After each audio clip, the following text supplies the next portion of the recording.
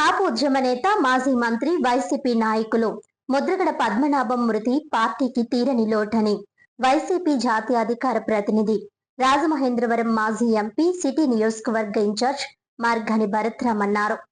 స్థానిక విఎల్పురంలోని మార్గాని ఎస్టేట్స్ లో ఉన్న వైసీపీ సిటీ కార్యాలయంలో గురువారం మార్గాని భరత్ బీసీజేఏసీ ఉభయ రాష్ట్రాల చైర్మన్ మార్గాని నాగేశ్వరరావు పార్టీ నాయకులు కార్యకర్తలతో కలిసి ముద్రగడ పద్మనాభం చిత్రపటానికి పూలమాలలు వేసి నివాళులర్పించారు. ఈ సందర్భంగా మార్గాని భరత్ మాట్లాడుతూ మాజీ ముఖ్యమంత్రి వైసీపీ అధినేత వైఎస్ జగన్మోహన్ రెడ్డి స్వయంగా ముద్రగడ పద్మనాభం అంత్యక్రియల్లో పాల్గొనడం ఆయన పార్టీ కోసం కృషి చేసిన నాయకుల పట్ల ఉన్న గౌరవానికి నిదర్శనమని అన్నారు. ముద్రగడ కుటుంబానికి పార్టీ అండగా ఉంటుందని జగన్ భరోసా ఇచ్చారని తెలిపారు. అధికార కూటమి ప్రభుత్వం ప్రతి అంశాన్ని రాజకీయాలతో ముడిపెట్టి కుట్రపూరితంగా అవాస్తవాలు ప్రచారం చేస్తోందని విమర్శించారు. ముద్రగడ పద్మనాభం తాను నమ్మిన సిద్ధాంతాల కోసం చివరి వరకు పోరాడిన నాయకుడని కొనియాడుతూ ఆయన ఆత్మకు శాంతి చేకూరాలని కుటుంబ సభ్యులకు ప్రగాఢ సానుభూతి తెలిపారు. అనంతరం స్పెషల్ ఇంటెన్సివ్ రివిజన్, ఎస్ఐఆర్, గుర్తింపు కార్డులు, డివిజన్ పర్యటనలపై పార్టీ శ్రేణులతో సమావేశం నిర్వహించారు.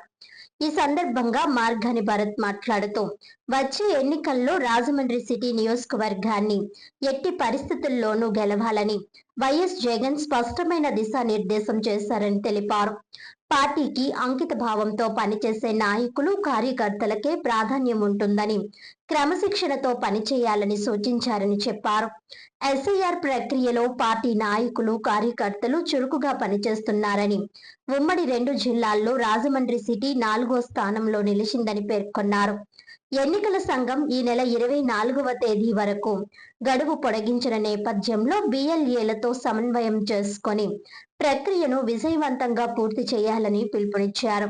చంద్రబాబు ప్రభుత్వంలో ప్రజలకు సంక్షేమ పథకాలు అందడం లేదని, అందుకే ప్రజలు స్వచ్ఛందంగా వైసీపీకి మద్దతు ఇస్తున్నారని ఆరోపించారు.